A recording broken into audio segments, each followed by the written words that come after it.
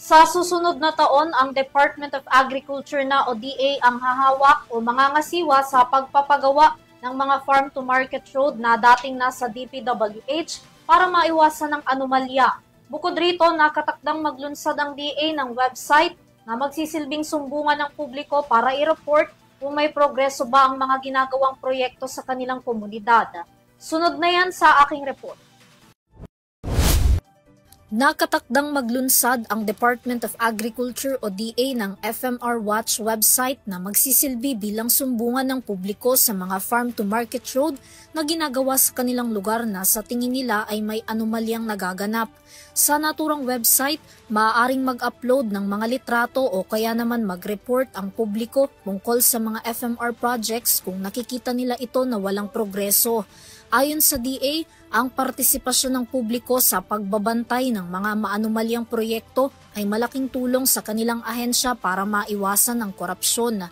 Partikular na hinikayat ng kagawaran na magsumbong sa FMR Watch ang mga magsasaka na silang kadalasang naaapektuhan kung hindi maayos ang mga kalsada na ginagawa para sana sa mas madaling transportasyon ng mga produktong pang-agrikultura. Bukod sa FMR Watch, bubuo din ang DA ng portal kung saan naman makikita ang eksaktong lokasyon ng mga FMR projects. Kaugnay nito, simula sa susunod na taon, ang DA na ang mangangasiwa sa pagpapagawa ng mga kalsada na dating nasa pangangalaga ng Department of Public Works and Highways o DPWH. Matatandaang ilan sa mga FMR projects ng DA na nasa ilalim ng DPWH ay nasasangkot ngayon sa maanumalyang flood control projects na kung hindi substandard ay ghost project. Mula sa target sanang 131,000 kilometers na mga kalsadang maipapagawa, 60,000 pa ang nananatiling hindi nagawa na sa tingin ng DA ay aabutin pa ito ng ilang dekada bago matapos.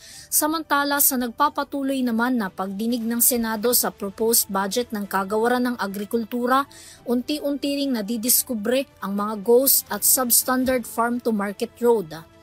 Para sa EuroTV News, Vanessa Cleofas, sumasaludo sa bawat Pilipino.